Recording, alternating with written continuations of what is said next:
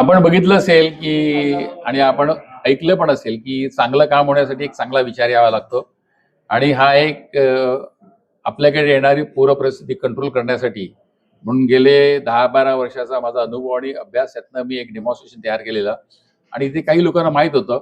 आपले इथले लोकप्रतिनिधी राजन नाईक आमदार साहेब त्यांना हे माहित होतं माझ्याकडे डेमॉन्स्ट्रेशन आहे. मी त्यांच्याशी एकदा बोललेलं म्हणून त्यांनी आता परवाची ती फ्लडच्या बाबतीमध्ये अभ्यास करण्यासाठी एक कमिटी आलेली. त्यावेळेला मला विचारलं की नाना तुमच्याकडे असा कुठला अभ्यास आहे ते त्यांना दाखवू शकतात का? मी सांगितलं हो दाखवतो, ते काही सिक्रेट नाहीये, इट इज व्हेरी ओपन आणि ते लोकांच्या उपयोगी आहे. पण त्याला ते आम्ही डेमॉन्स्ट्रेशन दाखवलं. त्यावेळेला त्या अधिकाऱ्यांनी सांगितलं की बाबा आम्हाला एवढी डिटेल माहिती नव्हती आली, आता आलेली आहे माहिती. आणि सर्वात महत्वाचं मला एक असं माहित होतं साधारण 89 मध्ये मी स्वतःच्या मशीननी आपल्या विरारचा जी सायन्स गार्डन आहे तिथला जो नाळा आहे तो तिथून तो थेट तूस खाडी पण मी खणलेला आणि त्यावेळेला जनार्दन घरत जे त्यावेळेला जिल्हा परिषद अध्यक्ष होते त्यांनी मला खूप मदत केलेली आणि त्या अनुभवांना या खाड्या कशा रुंद होऊ शकतात आणि कशा खोल होऊ शकतात याच्या माझ्याकडे माहिती होती आणि म्हणून ती मी डेमॉन्स्ट्रेशन तयार केलेलं होतं आणि डेमॉन्स्ट्रेशन त्यांना दाखवलं. त्यांनाही ते पसंत पडलं कारण मला या वसई तालुक्याचे 4 पूर्व पश्चिम दक्षिण उत्तर कुठे काय आहे ते सगळं माहित होतं.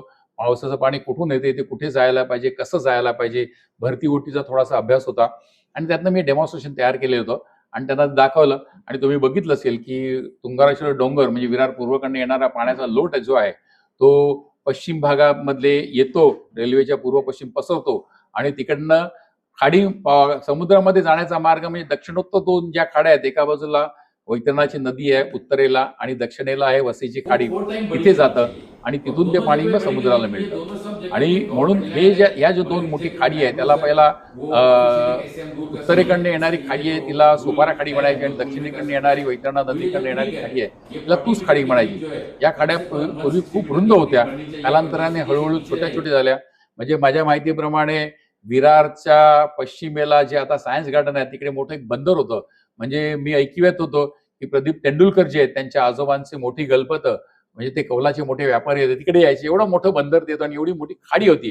पण कालांतराने ती खाडी बुंजत गेली आणि बुंजत गेल्यामुळे पाण्याचा येण्या जाण्याचा पावसाळी पाण्याचा आणि निचरा होण्याचा प्रवाह तो कमी होता आणि म्हणून वॉटर लॉगिंग होते. हा एक भाग आहे.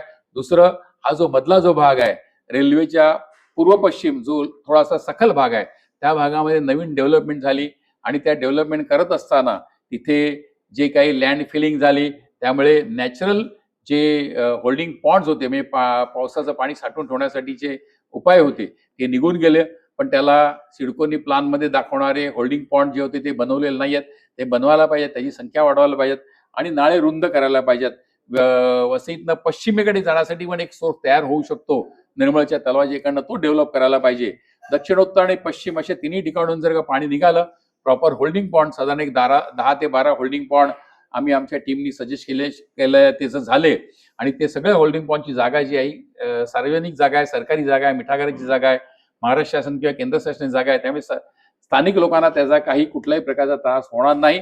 आणि हे करत असताना प्रॉपर स्टडी करणारी जशी IIT आहे किंवा नीरी आहे यांच्याकडनं अभ्यास करून घेऊन पुढच्या वर्षभरामधनं ह्या खाड्या रुंद करताना मोठ्या करत असताना होल्डिंग पॉन्ड करत असताना तिकडचे जे मॅनग्रोव्ज आहेत त्या शिफ्ट करण्यासाठी हायकोर्टाची परमिशन लागेल, एन्व्हायरमेंट डिपार्टमेंटची परमिशन लागेल, ती घ्यायला पाहिजे. वर्षभराचं काम आहे. कोणी नेटाने हे काम करायचं ठरवलं तर नक्की होईल. इच्छाशक्ती चांगली पाहिजे आणि शासनाकडनं पाठपुरावा पाहिजे, पाठबळ पाहिजे, तर हे काम होईल. कारण काय ही खाडी रुंद करायची आताची जी खाडी आहे ती दोन्ही तोंडाला 40, 42, 45 मीटर आहे. ती खाडी खरं म्हणजे 150 मीटरपेक्षा जास्त मोठी असली आणि आता आहे त्याच्यापेक्षा डबल टिबल जर खोल असली तर या खाडीतनं पावसाळी पाण्याचा निचरा हा फास्ट होऊन हे पाणी निघू शकतं आणि वॉटर लॉगिंग आहे हे कमी होऊ शकतं. मोठ्या प्रमाणात खर्च आहे, खर्च कसा टाळायचा? तुमच्या डोक्यात जे प्रश्न आहेत ते माझ्या डोक्यात प्रश्न येतात की बाबा एवढ्या मोठ्या प्रमाणामध्ये जर का खाड्या मोठ्या केल्या तर त्याचा गाळ कुठे नेऊन टाकायचा, याच्यासाठी खर्च करायचा तो खर्च कोणी करायचा. हे खर्च करण्यासाठी खूप चांगले सोर्सेस आहेत आपल्याकडे.